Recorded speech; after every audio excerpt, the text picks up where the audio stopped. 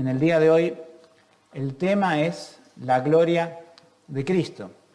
Y hemos leído 2 Pedro, el capítulo 1, del 16 al 18, y como lectura complementaria hemos leído la historia de la transfiguración que se encuentra en Marcos, capítulo 2, versículo 2 al 9. Pedro estuvo ahí en la transfiguración junto con Juan y junto con su hermano llamado Jacobo. Si lo conocen en la Biblia también, el nombre Jacobo como Santiago. Ustedes lo sabrán, sí, pero se los recuerdo. Siempre esos 3 discípulos estuvieron muy cerca de Jesús en muchas cosas. Jesús quería mostrarle quizás a ellos algunos detalles que los otros discípulos no veían, ¿sí? Por alguna razón, seguramente escritural, que después quedaron registrados en el Evangelio, quedó registrado en Pedro y en las cartas de Juan, y el Evangelio de Juan, sobre todo, ¿sí? Entonces Pedro, aquí en el versículo 16 del capítulo 1, dice así: porque no os hemos dado a conocer el poder de la venida de nuestro Señor Jesucristo, siguiendo fábulas artificiosas, sino habiendo visto con nuestros propios ojos su majestad. Antes de entrar al tema de la gloria de Cristo, vamos a esta aclaración que hace el apóstol Pedro. Él presenta de una forma negativa cómo ellos no presentaron el Evangelio. Y vamos a ver que esa forma negativa es como hoy se presenta mal el Evangelio, ¿sí? Hay 2 palabras, me gusta a veces diseccionar el versículo en palabras, para que a ustedes también les quede. Si bien esto está en el griego, pero les doy el significado más profundo de la palabra, ¿sí? Sobre todo cuando dice fábulas artificiosas, ¿sí? Vamos a tener esas 2 palabras, por un lado fábulas, por otro lado artificiosas. Pero antes dice que no hemos dado a conocer el poder y la venida de nuestro Señor Jesucristo. La pregunta es, ¿qué venida se refiere? ¿A la primera venida o a la futura venida de Jesús? Bueno, se refiere, si algunos de ustedes tenían duda al leer esto en casa, se refiere a la segunda venida de Jesús. Siempre la palabra que se usa acá para venida, que es parusía, lo hemos estudiado en el Instituto Bíblico de la Iglesia, que es la aparición visible de Jesús, y nos habla que esa aparición dice el poder y la venida. Ustedes recuerden que la primera venida de Jesucristo fue en debilidad, podemos decir, en humildad. Como nos dice Filipenses, Él se anonadó a sí mismo y fue a nacer en un pesebre, en un humilde lugar donde uno podría decir, bueno, no fue algo muy espectacular. Después aparecieron ángeles, obviamente, pero ese destello de gloria fue algo muy breve, ¿sí? En este caso, lo que está diciendo Pedro es, nosotros para anunciar la venida de Cristo tenemos primero que anunciar su primera venida. Entonces incluye que el mensaje del Evangelio es Cristo resucitado, como hoy se recuerda, ¿no es cierto? O intentan recordarlo el mundo de alguna forma, el domingo de resurrección, pero el mensaje es Cristo antes de la resurrección, o sea, su vida, su muerte en la cruz, su resurrección y su ascensión a los cielos. Entonces él dijo, nunca hemos predicado el Evangelio, podemos decir, eso es el Evangelio, predicar la primera venida de Cristo, su muerte y resurrección, siguiendo cosas fuera de contexto. Y vamos a ver esas 2 cosas que se nombran. La palabra artificiosa que ustedes pueden leer aquí en la versión Reina Valera, Sociedad Bíblica Trinitaria, hay varias formas de traducir la palabra artificiosa, pero en el original griego es de donde deriva la palabra que no se usa mucho, pero yo voy a explicar qué es, sofismas. ¿Qué es un sofisma? Es decir, ¿qué es esto artificioso que está hablando Pedro? Bueno, la definición hoy de un sofisma es una premisa o argumento falso formulado con el deliberado propósito de engañar a otro. El término se refiere específicamente a los raciocinios que aparentan ser correctos, pero desde la perspectiva lógica no lo son y pretenden inducir al error. Entonces lo primero que dice Pedro, nosotros no hemos predicado el Evangelio por engaños, pero puede haber engaños que son como los sofismas, esta palabra que él usa en griego, ¿no? Que es sofiso, que quiere decir un engaño que es deliberado, pero que parece correcto. O sea, siempre lo que digo es que la verdadera mentira, la mentira más dañina, es aquella que viene con una mezcla de verdad. Yo les voy a leer para que ustedes piensen después cómo se engaña hoy por medio de sofismas, ¿sí? Si yo digo, esto es un sofisma lo que les voy a decir, para que ustedes después relacionen con el ejemplo. Digo, observo que el gallo canta y sale el sol. ¿Sí? Entonces, conclusión, por lo tanto, el gallo hace salir el sol. Uno dice, pero el sol sale independientemente si canta el gallo, ¿no? Pero da la casualidad que canta el gallo y sale el sol. Entonces la deducción lógica es, el gallo hace salir el sol. Aunque esto parezca ilógico y hasta risueño, escuchen este sofisma, ¿lo quieren escuchar? Después le decir que no dice. Respecto a un versículo que es Gálatas 6:7, dice, cita, este engañador, cita el versículo y dice, no os engañéis, Dios no puede ser burlado. Por lo tanto, lo que el hombre sembrare, eso también segará. ¿Qué sigue diciendo? Cuando usted le da a otros, y entre paréntesis, en adición al diezmo, usted está sembrando una semilla que Dios cuidará para que produzca una cosecha financiera. No solo eso, sino que la medida de su bendición financiera está directamente relacionada con el nivel de su generosidad financiera. ¿Quién dijo este sofisma? Bueno, un tal Maldonado. ¿Alguna vez lo escucharon? Es así como proceden. Como han procedido los engañadores a través de la historia. Citan un versículo, una verdad. El versículo dice muy claro, lo que el hombre sembrare también segará. Entonces, si sembramos dinero, ¿qué vamos a cosechar? ¿Qué dice el versículo del contexto? O sea, el que le sigue este versículo. Mas el que siembra para su carne, de la carne segará corrupción, mas el que siembra para el Espíritu, del Espíritu segará vida eterna. ¿A qué se estaba refiriendo el versículo? A la salvación. Aquellos que persisten en sus pecados, sembrando para la carne, rechazando el Evangelio, van a heredar la corrupción del infierno, su misma corrupción de pecado. Pero el que siembra para el Espíritu, aquellos que se han acercado al Señor, que el Señor ha transformado sus vidas, por medio del poder del Espíritu, empiezan a sembrar para el Espíritu. ¿Y qué cosecharán esos? Vida eterna.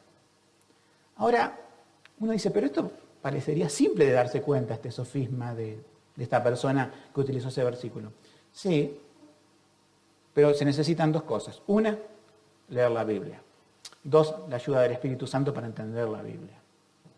Pero es así, hermanos, que hoy se dice que se predica el Evangelio. Hay iglesias evangélicas, este que nombré se denomina evangélico, y hacen un sofisma en cada versículo que tocan.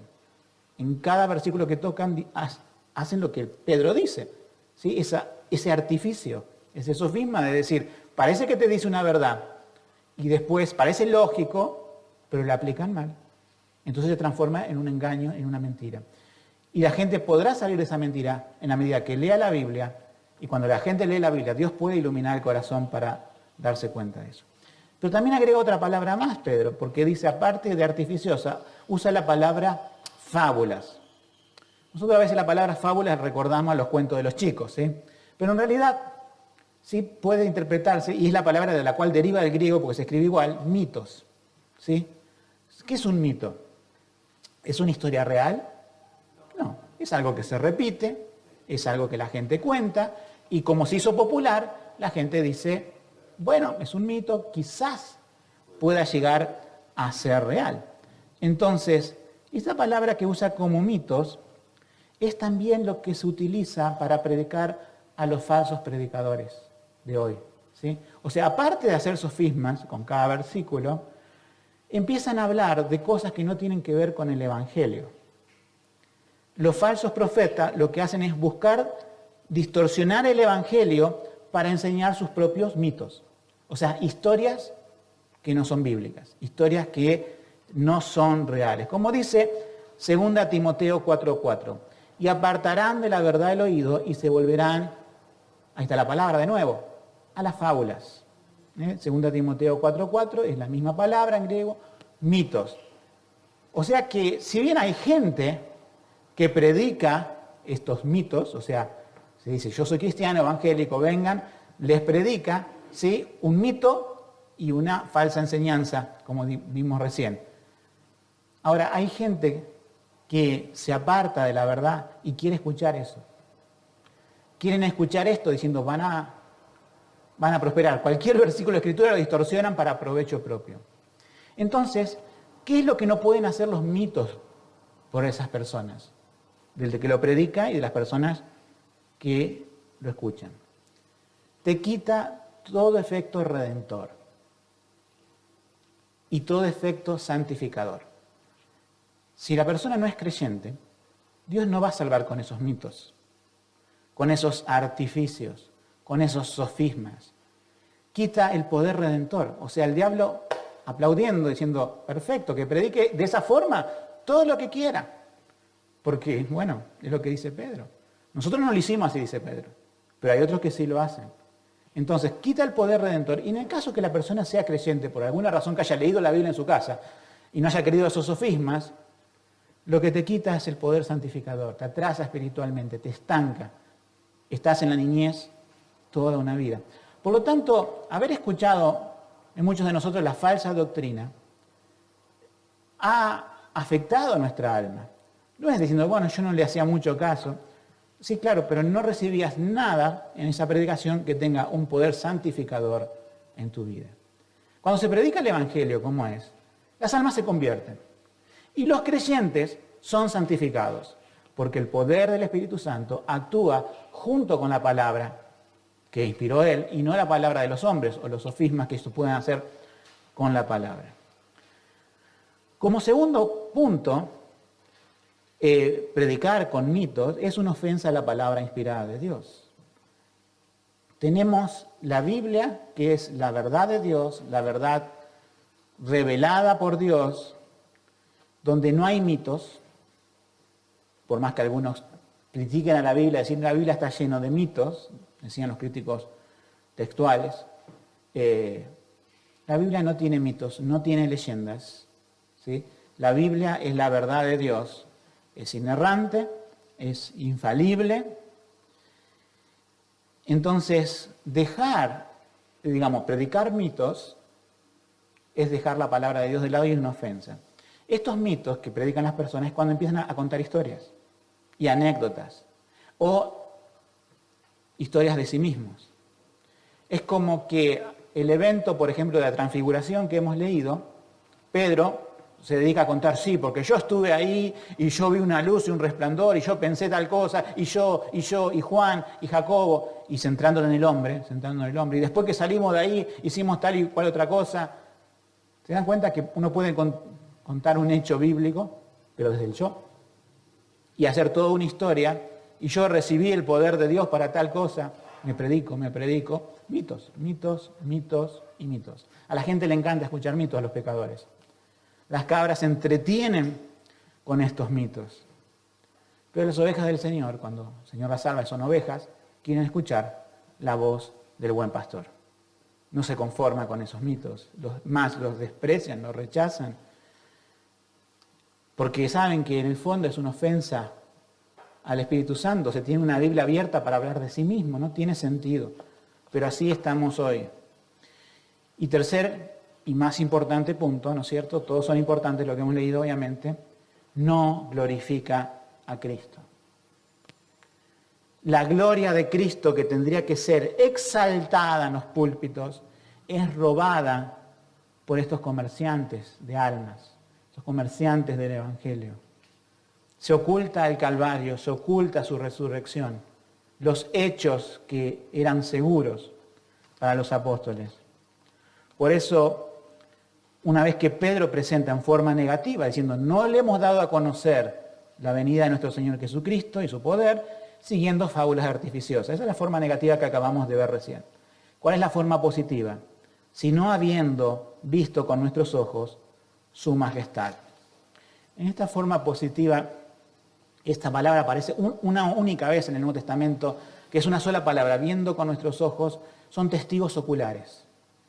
Lo que te están diciendo los apóstoles, a nosotros nadie los contó, sino que nosotros fuimos testigos de eso y nosotros se los contamos como algo verdadero, como algo que es fidedigno y apuntamos a contar esto señalando a Cristo y no a nosotros mismos. Para los falsos predicadores de hoy, el evento de la transfiguración serían Pedro, Juan y Jacobo. Pero para los creyentes que predican la verdad, el evento de la transfiguración es Cristo. Para los que están entre mitad y mitad, con un entendimiento, podemos decir, hermenéutico de la Escritura más o menos, el tema sería principal Moisés y Elías. Pero el tema es Cristo. Vemos que desaparecieron en un momento Moisés y Elías, estaba Cristo solo Cristo. Entonces, entrando en el otro versículo, donde ya ahí hace referencia, ¿cómo leemos? ¿De qué hemos sido testigos, diría Pedro? Bueno, porque dice en el 17, porque Él, ¿sí? Está hablando de Jesús, recibió de Dios Padre honra y gloria, cuando aquella voz le fue enviada por la magnífica gloria, este es mi Hijo amado, en quien yo tengo complacencia. Y nosotros oímos esta voz del cielo cuando estábamos en el monte, con Él en el monte santo. Esa es la alusión de Pedro a esta historia de Marcos 9, 2 al 9, que podemos ir viendo en cuanto a la gloria de Cristo. Pedro hace énfasis, la majestad, la voz de la gloria. También dice que recibió del Padre honra y gloria. ¿Sí? La palabra gloria en el Nuevo Testamento es como algo luminoso, algo como lo que apareció en la transfiguración. El rostro y los vestidos de Cristo empezaron a brillar. También se usa mucho esta palabra en el Antiguo Testamento. El significado tiene de peso, ¿sí? Significa quizás otra connotación, pero la gloria es algo máximo, es algo sumamente importante. Y la gloria de Cristo es la finalidad del Evangelio. ¿Por qué Jesucristo vino a morir en una cruz? Claro, la respuesta primaria nuestra es para salvar a los pecadores. Eso también lo dice la Biblia. Pero en el orden de importancia, que Jesucristo haya venido a morir a este mundo para salvar a pecadores es la segunda instancia, ya que la primera instancia es para su gloria. Es haber llevado muchos hijos para su gloria. O sea, siempre los motivos de Dios, y nosotros cuando examinamos la Escritura, debemos ver en cada página de la Escritura que los motivos de Dios tienen un motivo principal, su gloria. Así como el fin del hombre, que nos dice en la confesión de fe, en el catecismo, en las preguntas que tenemos, ¿cuál es el fin principal del hombre?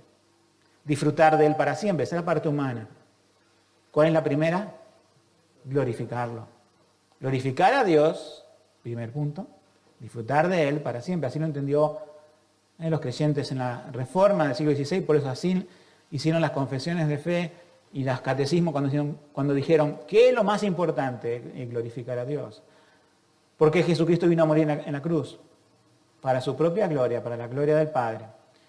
Se glorifica al Hijo y se glorifica al Espíritu Santo.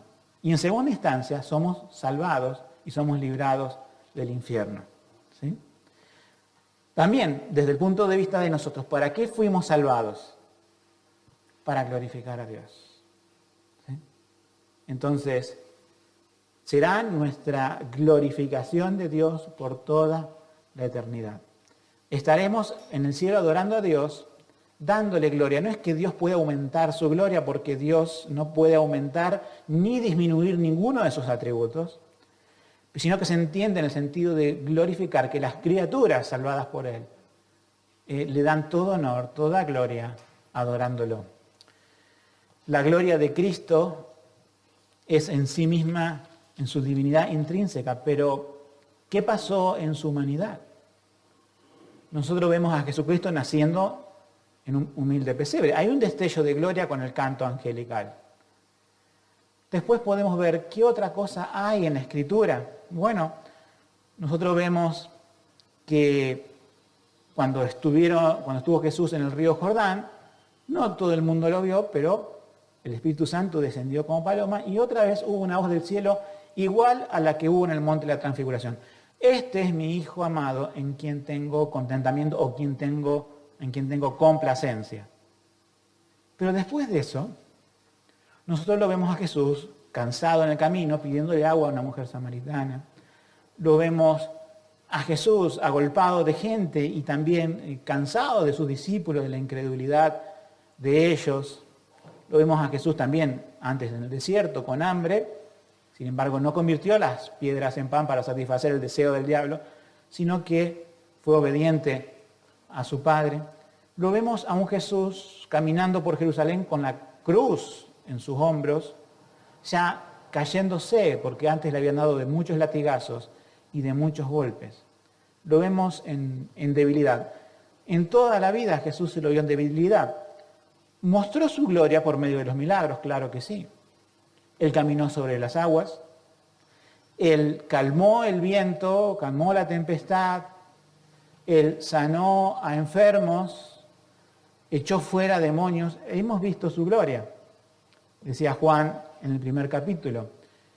Pero casi todos coinciden que cuando Juan dice en el primer capítulo hemos visto la gloria de Cristo como la del unigénito del Padre, hay un hecho especial en la Escritura que es que la carne de Jesucristo, ¿sí? Esa parte humana de Jesucristo es como que se corre el velo, ¿sí? Es como que se da a ver su divinidad. Por eso en esa transfiguración no es un efecto especial de parte de Dios, no es un efecto de luces. Tampoco podemos decir que Jesucristo reflejaba alguna luz, porque de Él salía luz. En el Evangelio de Marcos, esto está en los tres Evangelios, Mateo, Marcos y Lucas, cada cual nos da un detalle, podemos decir que se agrega a la descripción. Sumando esos detalles, nosotros sabemos por otros Evangelios que no solamente la ropa resplandeció, sino su rostro. Cantamos a veces su rostro brilla como el sol. Entonces, lo que vieron estos tres discípulos es cómo era la divinidad de Cristo. Él, por un momento, su humanidad, es como que corremos una cortina y se vio en su esencia divina cómo era. Su rostro era más que el sol. ¿Pueden mirar el sol directamente a mediodía? Solamente al atardecer, que está en un ángulo y hay un efecto y ahí podemos verlo, pero no podemos ver al sol directamente sin dañar nuestra vista. Ellos no podían ver a Jesucristo en todo su esplendor. Aún sus ropas que tenían algún color se tornaron resplandecientes. Y ahí se ve, quizás de una forma bien definida para tres humildes discípulos, la gloria de Cristo. Y dice, nosotros somos testigos de estos. Y se lo contamos a ustedes. 3 pescadores eran, los 3 tenían el mismo oficio. Cuando Jesús lo había llamado, dejaron sus redes en el mar ahí de Galilea y siguieron a Jesús. Ahora Jesús les muestra su gloria y muestra su gloria a nosotros a través del testimonio de ellos. En este caso, como estamos siguiendo Pedro, del testimonio de Pedro. Entonces ahí vemos esa divinidad de Cristo, esa gloria que emerge de su misma persona, porque Jesucristo es Dios. ¿Sí? Jesucristo es el sol, no es la luna. La luna refleja, ¿sí? La luz del sol. Nosotros los creyentes tenemos que reflejar, ¿sí? al mundo la luz de Cristo. Nosotros reflejamos, pero Él es la misma luz, la misma fuente que emana esa luz. Entonces tenemos también aquí en Marcos, en el versículo 9.4, capítulo 9.4, que se le apareció junto con Jesús 2 personas, Moisés y Elías.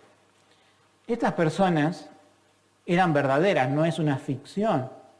Eran el mismo Moisés que Dios entregó las tablas de la ley y toda la ley, los primeros 5 libros de la Biblia.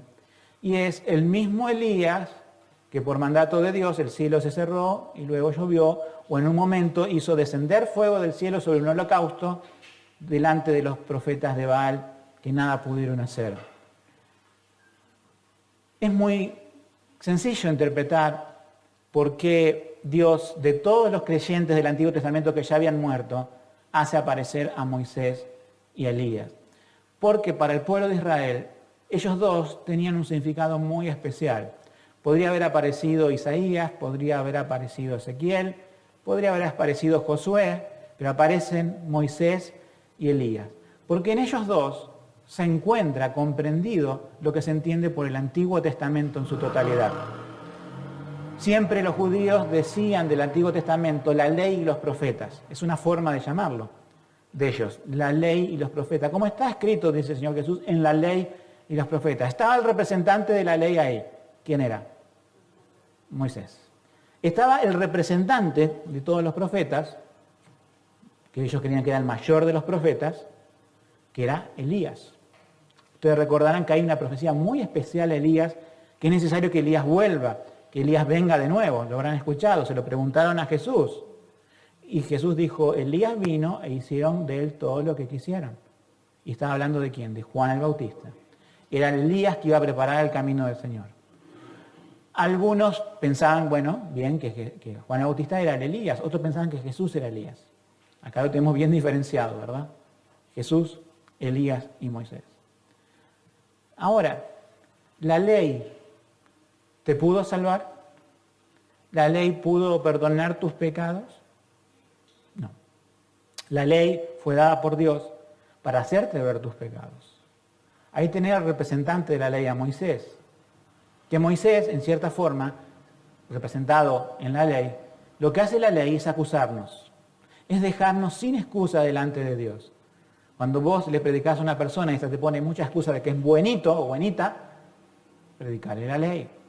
Predicarle la ley con el espíritu de la ley, como dice el Sermón del Monte, no solamente esos 10 mandamientos, sino en su esencia. Siempre lo quebrantás, siempre mentís, siempre adulterás mentalmente, siempre hiciste algún pecado. No hay nadie que no haya pecado contra Dios. Entonces la ley te condena. Los profetas, ¿qué han hecho? Apuntar directamente una y otra vez a Cristo, el Mesías que iba a venir. Si bien dieron profecías particulares para castigos eventuales del pueblo de Israel, su principal mensaje no era esos sucesos eventuales que le pasó a Israel, aunque tenían connotación con el Mesías, sino que el mensaje principal profético es el Cristo o el Mesías que había de venir.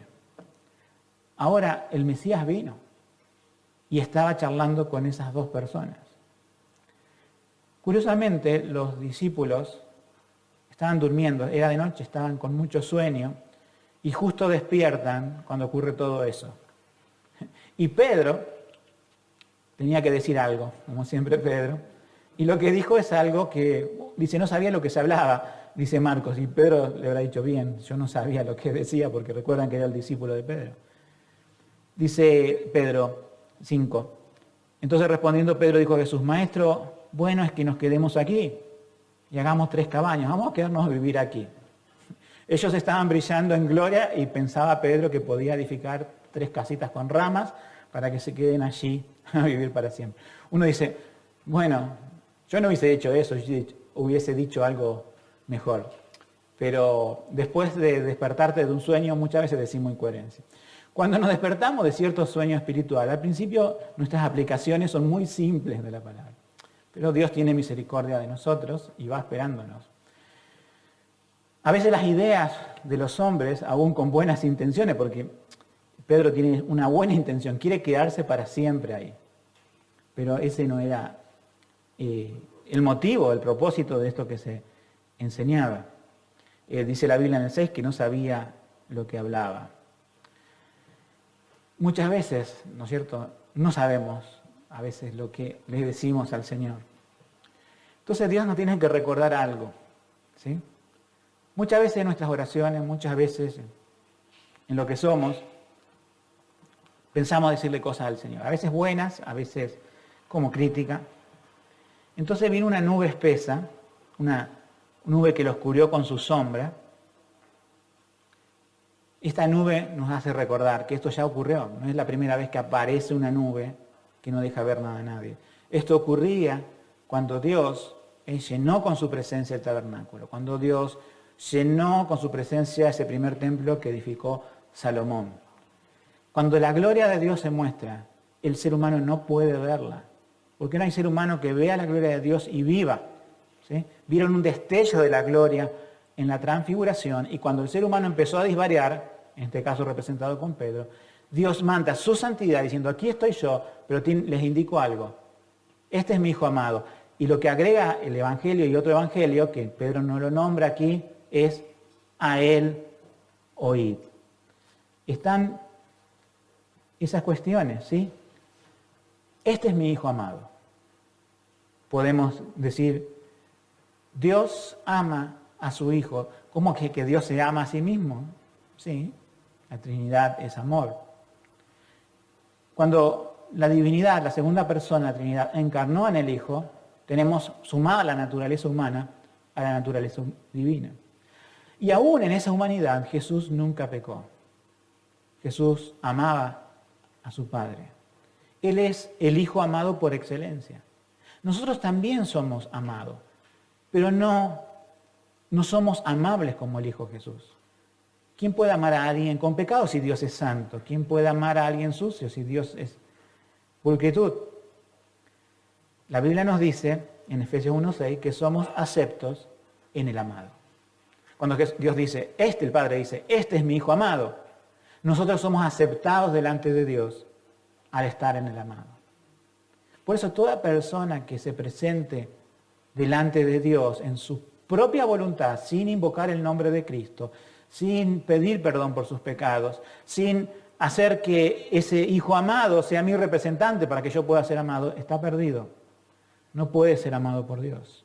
Dios ama a sus hijos a través de Jesucristo, que es el amado. Y Él da testimonio en su bautismo y ahora en la transfiguración, este es mi Hijo amado. Como también dice lo que citó Pedro, ¿sí?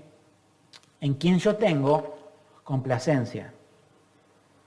Esa complacencia no la podemos lograr nosotros. O sea, que Dios se complazca en alguien es porque no encuentra falla en ese alguien, no encuentra pecado, no encuentra desobediencia. Imagínate que Dios se quiera complacer en nosotros, en nuestra humanidad. Imposible, nosotros no podemos complacer a Dios, pero sí podemos complacerlo en cierta forma cuando nos refugiamos en el amado. Aquel que es amado perfectamente por Dios, el cual cumplió toda la ley de Dios y complació a su Padre de forma perfecta. Cuando nosotros creemos en Cristo como nuestro Salvador, Dios nos ve, ¿sí?, en ese amado y se complace en nosotros, porque nosotros descansamos con nuestra confianza en la vida de aquel que hizo todo bien. Si yo he hecho todo mal, le he pedido perdón a Dios y aún sigo haciendo cosas a veces mal y pecados, ¿no es cierto? Y le pido perdón a Dios, pero Jesús es el Hijo amado y Él es el que tiene contentamiento, el Padre. Toma contentamiento de mí cuando me humillo y me refugio detrás de la justicia de Cristo y no detrás de mi autojusticia que no sirve absolutamente para nada. Y la tercera cosa en esa frase, que si bien no está en Pedro, pero sí en los Evangelios, es a Él oíd. Este es el imperativo de las Escrituras. Cuando se abre la Biblia al predicar, lo que tenemos que pensar es Dios diciéndonos, oíd a Cristo. Cuando abrís la Biblia en tu casa, Dios te dice también, oí a Cristo. Ve a Cristo en las Escrituras. Por eso es muy distinto a aquellos que predican sus propias fábulas, sus propios artificios. No le interesa la gloria de Cristo. Le interesa su propia gloria, le interesa exaltar a la humanidad, exaltar al individuo, y ellos dicen, óiganme a mí. El verdadero predicador del Evangelio, el verdadero cristiano, siempre va a ser una flecha que apunta a Cristo y va a decir, escúchenlo a Él. Y la única forma que tenemos que escuchar a Cristo es a través de las páginas de la Escritura. Para eso tomó apóstoles y les reveló su gloria. No para que ninguno de nuestros días diga, sí, tuve un sueño, hablé con Cristo y Cristo me dijo que te diga tal cosa. Eso no existe. Dios ha hablado, Dios ha enviado a su Hijo Jesucristo. El Hijo ha muerto en la cruz, ha vencido al pecado, ha resucitado, ha ascendido a los cielos, ha dejado a sus apóstoles, los apóstoles murieron, pero nos ha dejado ahora su palabra. Y su palabra predicada es a Él oíd. El a Él oíd nos hace sacar todos nuestros argumentos, como los de Pedro, que no tenían ningún sentido. Junto con el a Él oíd está la presencia de Dios Santa, como esa nube que estaba allí. Y cuando vemos Ya no vemos a Moisés, la ley no nos condena, ya no vemos a Elías, Jesucristo ya fue prometido y vino, vemos solo a Jesús. Por más que en la Escritura veamos la ley, veamos los profetas, siempre el centro de la Escritura es Cristo. Si no, estudiaríamos la ley como un libro de historia y los profetas como otros libros históricos. Estudiaremos toda la Biblia como un libro más del mundo. Y aquellos que no conocen a Dios, es lo máximo que pueden ver en la Escritura, es eso. Pero nosotros, cuando Dios nos abre el oído espiritual, ahí podemos oír a Jesucristo a través de la Escritura. Entonces les dijo Jesús que no dijeran a nadie hasta que Él hubiera resucitado de los muertos. Hoy se recuerda la resurrección de Cristo. Los discípulos lo que no entendían era que Jesús iba a morir. Una y otra vez se asombraban de sus palabras. Es necesario que sea entregado a los ancianos, es necesario que, obviamente para resucitar hay que morir primero, ¿no es cierto? Entonces ellos no entendían eso. Hablar de resurrección, está hablando de muerte también. Bueno, de a poco fueron entendiendo, a pesar de sus negaciones, a pesar de que Pedro le dijo, no vayas, Señor, a la cruz, no te hagas ningún daño. Ellos entendieron que era necesario que el Hijo del Hombre, como también decían los profetas, sea entregado en manos de pecadores y allí vaya a la cruz, pero Él va a resucitar. No lo vieron a Jesús con toda la gloria en su resurrección, aún se mostró como su cuerpo, ascendió a los cielos, que eso fue ya algo para decir un milagro, ¿no? Pero no lo volvieron a ver resplandeciente, solamente un apóstol lo vio a ver así como su rostro brilla como el sol, que fue Juan en el Apocalipsis. Pablo lo vio como una luz, pero no lo vio totalmente así, pero sí el apóstol Juan. Para terminar, 3 preguntas nos hacemos, podemos hacernos muchas más. ¿Somos atraídos por esta luz de la gloria de Cristo? Solamente una persona puede ser atraída al Evangelio cuando Dios la trae. Nadie viene al Padre, ¿no?, si no es por Jesucristo. Nadie va a Cristo si no va a traer al Padre. A nadie le interesa la gloria de Cristo si no está trayéndolo Dios al Evangelio. Las personas a veces pensamos, pero yo tengo que insistir a que se acerquen a Dios, ¿sí? Vos ponés la luz del Evangelio y Dios solo va a traer a quienes llama a esa luz. La gloria de Cristo atrae. No hace falta que la iglesia tenga cosas que halaguen los sentidos de los incrédulos. Muchas iglesias están pensando continuamente en cómo hacer actividades de club para mantener a la gente. Decía Charles Spurgeon que si haces un carnaval para atraer a los incrédulos, vas a tener que mantener ese carnaval de forma continua. El Evangelio es atraer con la luz de Cristo. La luz de Cristo no necesita más lucecitas de neón, no necesita LEDs de nuestra parte.